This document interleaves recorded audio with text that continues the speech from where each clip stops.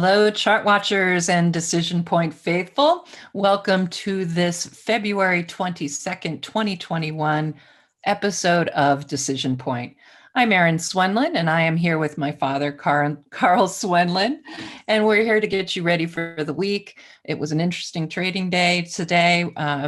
Welcome, Dad. How are you doing? And what are you thinking about today's action? Well, I'm feeling great about not being in Texas. Yes. Today's action was really strange with the Dow closing higher, but I think it was because it was a Walt Disney Day. Ah. I think that was, one of the things that threw it higher. Mm-hmm. Absolutely. A lot of those recovery stocks looking pretty good. And that's one that's been on the radar for a lot of people with the with the possibility maybe of Disneyland being open one of these days. We'll have to see. Yeah, I don't know. I thought it might have had to do something with them putting out warnings on the Muppets programs. That's right.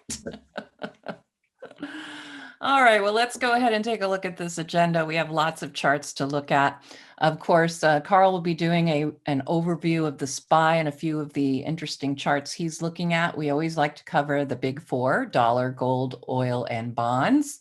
And I know bonds are quite the hot topic, so we'll certainly zero in there. I'm going to cover pretty much what I'm seeing as this week's hot sectors and industries, just by looking at some of the different scan results I've been getting and just watching a lot of the movement in these sectors and seeing which industries are poking out on my scans. I have a few that I think you might be interested in. And then I will finish with the diamond of the week. Let's go ahead and take a look at that sector scoreboard. Right now, as you can see, we only have the one neutral signal. And that means that on XLP, the 20-day EMA is below the 50-day EMA. On all of these other buys, they are above. They have silver crosses, if you will. And of course, everybody in the long term is on a buy signal, meaning they are on golden crosses. Their 50-day EMA is above their 200-day EMA. So that's what we're looking at right now as far as the sectors. Let's go look at some of those charts. I'm going to hand the screen right over to you, Dad, with no delay. All right. So it was an interesting day. It was trying to come down early in the day. Then it got back up, hardly no change at all. And basically they ended up down, which was where it needed to be for actually this work, in my opinion. We've got a PMO crossover signal. To my mind, I think we've got a trip down to this rising trend line at least. I mean, that would be my best guess. Notice that there wasn't a lot of volume on the SPY, and it was less than average. It's been less than average for going on 3 weeks. I'm sorry, that one hasn't updated, has it? Oh, I Let guess me not. update that. Let's see. All right. Yeah. Okay. So we did have higher volume there. New high lows. They're contracting as you would expect on a downtrend, short-term downtrend. Did get an expansion of new highs today, but still not challenging previous highs. And the net advanced declines, net advanced decline volume is lower. So not a lot of strength coming in there. We've talked about the golden cross, and this is something I've noticed. The golden cross index for the S&P 500 is at its all-time high. And that should give us a warning, because basically when things are as good as they're going to get, they start getting worse. And I can't give you a time schedule on that, but that's what you should look for. Also, contracting here, which we would expect. And again, contracting. You know, I mentioned Texas, and before I go to the bit before, what a lot of those people would like to have, I know, is a emergency generator. And they were mentioning Generac today, which is, I guess, the biggest emergency generator manufacturer there is. I happen to have one, Mm-hmm. and I have a big one that will run my pool and my air conditioner at the same time. But you know, one that size would run about 5,000, and it would probably cost another 4,000 to have it installed. So that's what the price schedule is approximately on that. If you're interested, it's definitely worthwhile, because I think the grid is getting more delicate instead of more stable, and it's been like this for a number of years. I think you're gonna cover the sectors. Let me cover Yeah. gold. Gold had a very good day today, and I just wanted to mention. Let's see. Yeah, as far as gold, are you looking at this as a possible reversal point now? I am not. I wanted to get a look at the Bitcoin chart. Bitcoin has broken down through the parabolic arch, but it basically closed approximately on it. This is not an exact science, and I'm not saying that we're definitely going in the toilet with Bitcoin right now, but be watching out, because it's up there. You know, somebody mentioned on one of the shows that Bitcoin is a store of value. More people are saying that, and I don't get it. I mean, it's not a store, you know, because it isn't anything. It's only what people believe it is, and that's it. It's it's imaginary currency, like the dollar at this point. Yeah. And the Congress and the Fed are doing their very best to put the dollar in the toilet, but be that as it may.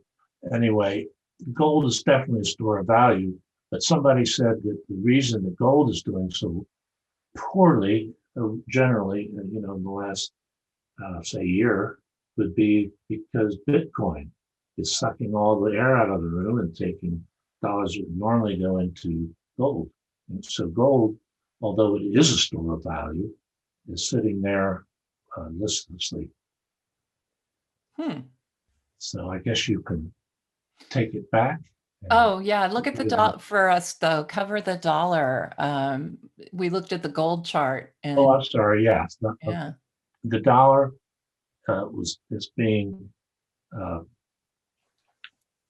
puny. And you notice we've got a head and shoulders pattern there. I don't really like calling it head and shoulders pattern near lows. To me, they belong at tops. But anyway, that's what you have here. It looks like that, and it looks like we're going to break down through the confirmation line. Oil had a really help great gold, day. but we'll see, huh? Yeah, and oil had a really good day, crude oil, and that is reflected in the energy chart, which was really great. It's been doing great since November. And of course, with energy going up, utilities, which are big energy users, are really having a tough time. Yeah, it's quite a breakdown. And then T-bonds also fading. I had I have the interest rate chart, and you can see how the the longer term, the longer terms have been going up basically since August. Anything above the 2 year, and they're actually starting to become attractive again. So I'm not so sure that what people have planned out in terms of interest rates is going to work out. Okay. Yep. Okay. So yeah, they're moving so quickly up. So you're looking at, are you thinking of, I mean, obviously bonds are going down because these yields are rising. So are you thinking that because these yields are rising, that eventually it's going to bring, it'll make bonds more attractive? Right. Yeah. You know, it'll make, well, honestly, I don't know if that's the right way to put it, because bonds are, with interest rates going up, bonds are going to be going down. So I don't think I want to have a wasting asset. Mm-hmm. Yeah. Today's trading room, somebody brought up the inverse for the bonds. I can't remember exactly what symbol it was because there are plenty of them. And of course, the inverse look of the 20-year bonds, that's a good looking chart. Yes, indeed. Yes, indeed. With the bonds going up, the long rates going up, I think I mentioned 2 weeks ago that basically interest rates,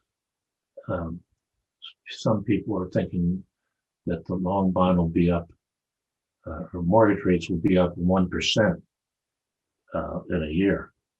So if you assume they're 2.75% now, at 3.75% in 1 year, here's what the difference of that makes.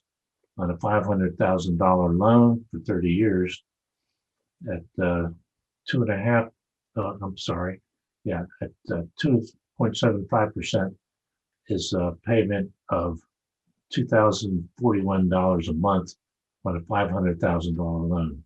Mm-hmm. And to stay at the same payment at 3.75%, you can only borrow $440,000. So that's really going to throw real estate in a tizzy. Yes, that definitely, that's going to hurt the home prices. And of course, there's just domino effects all the way down and through that. And it's going to lock people into their houses because they're not going to be able to sell them for enough to pay off their loan. Right. And hopefully they'll be able to keep their job to keep paying that Right. mortgage. I mean, it's looking pretty, it's interesting out there. Let's put it that way. All right, I'm going to grab the screen. And here are the sectors, but I'm going to take you to the home page really quickly for StockCharts so I can just go over the current signals. Right now, the Dow Jones is the only one with positive momentum. Today, the S&P 500 lost its PMO buy signal, and the NASDAQ lost it on Friday, as well as the NASDAQ 100, as did the S&P 100. They all have lost their PMO buy signals. The PMOs are looking pretty ugly there.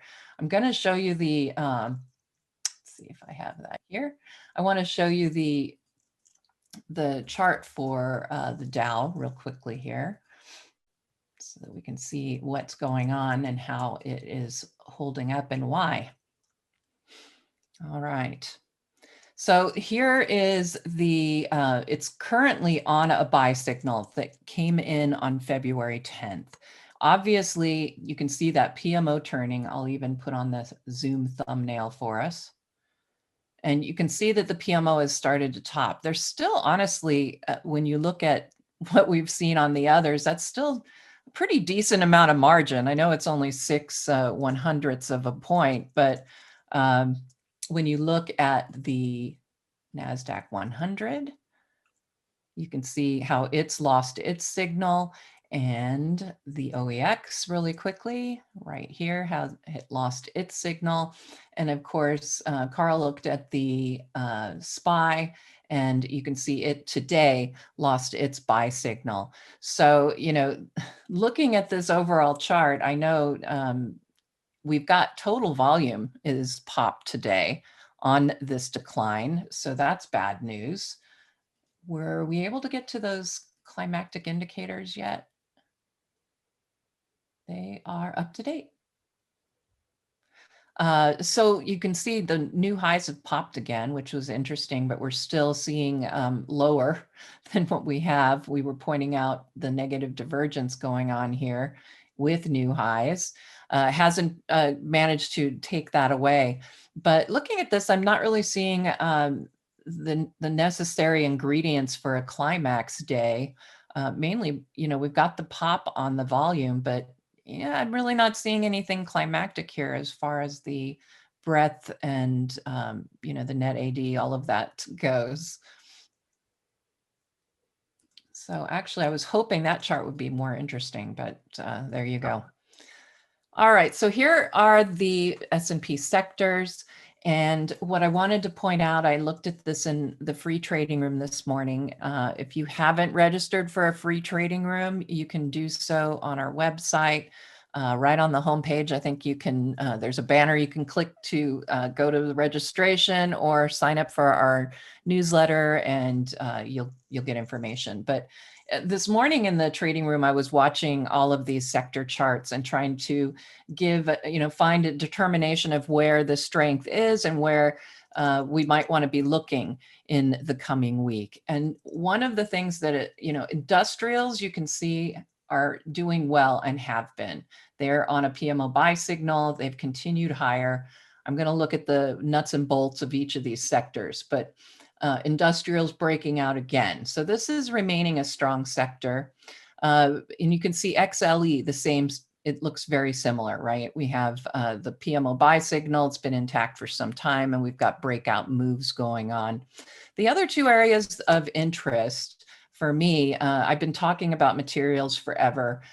They're finally starting to really turn it on. So that's a sector that I would continue to look toward. And then financials, it's actually, we went on that buy signal and they're continuing higher. And at this point, a lot of this move to the upside is due to a couple of strong industry groups, which we'll talk about shortly. But first, the utilities, I missed it today. The utilities went on a neutral. Yeah, went to neutral. Yeah, let's get over here. I will show everybody that chart just so we can explain what a neutral signal is. So you can see the 20-day EMA crossed below that 50-day EMA, and that is what gave us a neutral signal. Had this occurred below the 200-day EMA, then we would have called it a sell signal, but there's still a bullish bias, if you will, because the 50 is above the 200. So rather than go into a full bearish stance, the model that we use goes into neutral, which is cash or fully hedged. So just FYI on that. Big decline here below the 200-day EMA for utilities.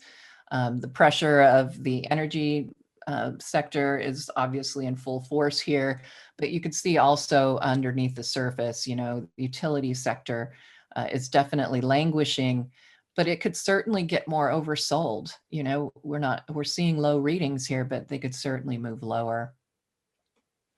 So let's look at those areas of interest. So XLI, like I said, industrials are still cruising, and they're looking even better now that we have that breakout. And if you look at what's going on under the surface, you've got the BPI is rising. Not really thrilled about that look of that silver cross index, though, I have to say. But everything else looks like it's starting to turn around. They've been doing well. We had a little bit of that pullback or really a pause, and now they're taking off again. These readings, in my opinion, are not that overbought. So I think we could still see more performance in the industrial sector. And since we're talking industrials, the areas that I've been looking at as far as the sectors go, or as far as industrials go, are the airlines, and of course, and then we're also seeing, just the movement of, let's see, what else did I have in here? Railroads was the other one too. This is one that came up on one of my scans. This one looks okay, but I wasn't really going to present this one. I just wanted to make sure. NSC is what I want. Railroads. The railroads are really perking up, and we're seeing breakouts now in the railroads. You've got the buy signal. RSI is positive, not that overbought, but I like the look of this breakout. And then you can see when we look at it relatively, obviously this industry group has been doing okay. It's improving against the S&P. And when we look at this particular stock, NSC, against the SPY, and particularly within its industry group, this is a strong performer. That's what you really want to look for, are those stocks that not only are outperforming the S&P, but you really want to pick the right stocks within your industry groups. And this is one that I think is looking really good right now. So that, in industrials and airlines, like I said, is the other area. All righty, there we go. This is on Thursday, I presented Spirit Airlines as one of the diamond picks.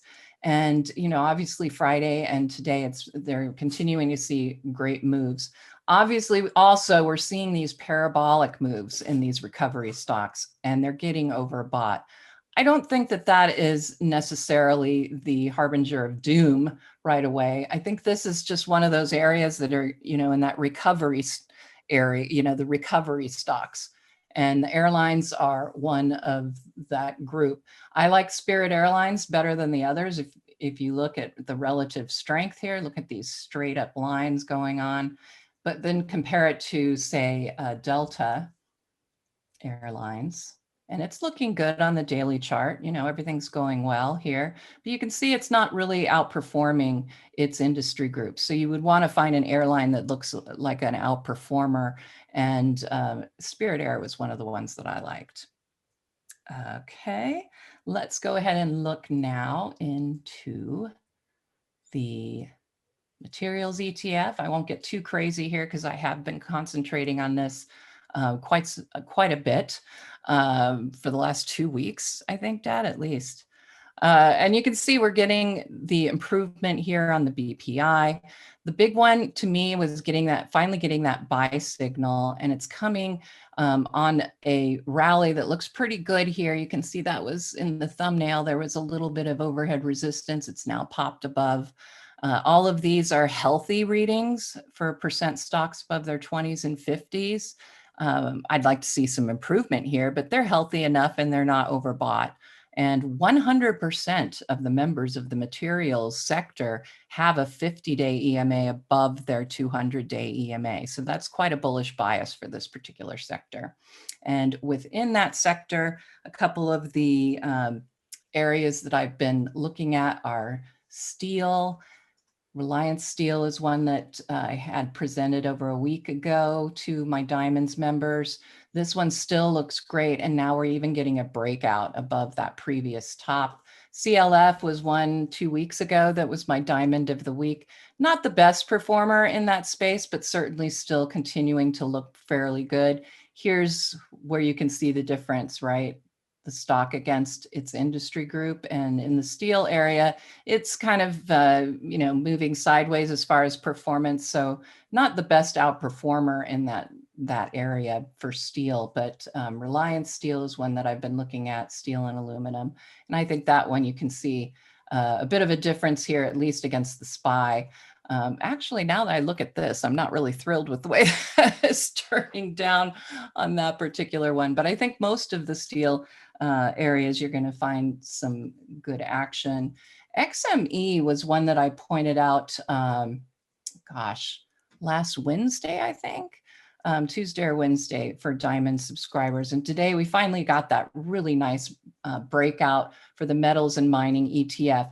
Now, one of the things that, when I first saw this come up in my scans, I was a little nervous about it just because the gold mining stocks are just, it doesn't look nearly as good. I mean, you can see GDX, it's a whole different picture, is it not? So XME, though, includes other metals and mining. And so I liked this particular ETF. It still looks good. Hopefully there'll be a little bit of a pullback off of this big rally so that it'll be a better one to get in. And then finally, I'm going to finish off with financials. And financials, let's go ahead to American Express. This is going to be my diamond of the week. It is a little bit extended right now, but I still like it. This one I presented on Thursday. This I picked out for our recovery stock theme. Mary Ellen and I did one on Thursday about recovery stocks. And so I went and delved deeper. And one of those stocks that I thought would be great for recovery, she was looking at Visa. I decided to look at American Express. And, as far as outperformance goes, really looking nice here. And, when you're talking about people going on vacations, airlines, cruise lines, you need a credit card. And American Express is sort of the premier travel credit card, if you will. So I think that this is going to continue to be a really great place in the financials. But the other area in the financials that's been very interesting is insurance. So let us go here. So a few of the stocks in the insurance area that I've been looking at. CNO would be one in life insurance. You can see a really nice breakout that occurred today. PMO is just now on a buy signal. It is not overbought. RSI is positive, not overbought. So I like this one as well. So I'm giving you a bunch of different names today. CB is another one that I'm looking at for property and casualty insurance. Another nice little pop breakout from a possible flag here. And you can see the PMO was turning over, but now it is starting to increase. So that is looking better. And then another one in this CINF. This is the other one, Cincinnati Financial. And I really like this chart as well. You've got, again, another breakout. RSI is getting a little on the overbought side, but that's all right. We've got a PMO buy signal. And you can see that the performance as far as this one goes amongst the property casualty insurance this one looks really pretty good too. So I gave you a bunch of them, but I'm going to make as my official diamond of the week will be not AMD. Okay. AXTA, AXTA. This is a specialty chemicals industry group from materials, double bottom, breakout. And you can see there's a lot of nice upside potential. PMO just went on the buy signal, and you are seeing the RSI positive. That's all we have for today. Thanks for attending and happy trading. Hey, Grayson Rose here with StockCharts. Thank you so much for watching. I hope you enjoyed that video.